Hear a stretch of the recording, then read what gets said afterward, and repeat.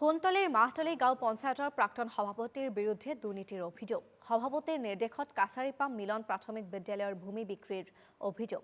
৫১ number Mahtoli গাঁও পঞ্চায়তৰ প্ৰাক্তন সভাপতি তাইজুদ্দিন আহমেদৰ বিৰুদ্ধে এই অভিযোগ। কাছাৰীপাম গাঁৱত ওখ ভেটি স্থাপনৰ বাবে MG এনৰেগা আঁচনিৰ অধীনত ২৪,৫৩,৫৬৪ টকা আবণ্টন দিয়া হৈছিল।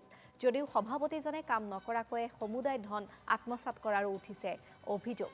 ইপিনে বিদ্যালয়খনৰ প্ৰধান শিক্ষকে বিদ্যালয়ৰ ২ বিঘা ভূমি দখল কৰি তাৰে ১ বিঘা ভূমি বিক্ৰী কৰাৰো অভিযোগ।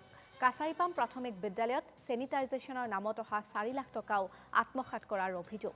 ৰাইজে উত্থাপন কৰিছে এই গুৰুতৰ অভিযোগ। এই দুৰ্নীতিৰ বিৰুদ্ধে বিহিত ব্যৱস্থা গ্ৰহণৰ দাবী মুখ্যমন্ত্ৰীক।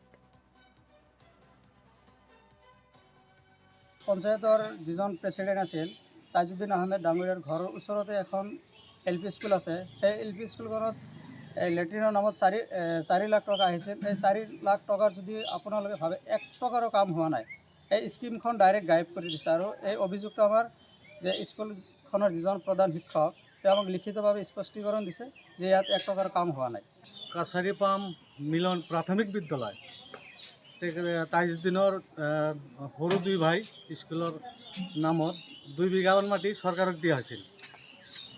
তো তাৰে ১ বিঘামান মাটি সিহঁতে বিক্ৰী কৰিছে আৰু 1 বিঘামান মাটি সিহঁতে ঘৰ চৰ বনাই নিজে দখলত গৈ আছে। আমাৰ ঘৰত কোনো নথকা সুযোগ লৈ সিহঁতৰ ভাই ককাই দল পল লৈ লাঠি ডেগাৰ চেগাৰ লৈ আমাৰ ঘৰটো ঘিৰাও কৰে, আমাক মাৰিব আহে আৰু আমাক ভাবুকি দিয়ে যে প্ৰাণে মাৰি পেলাব।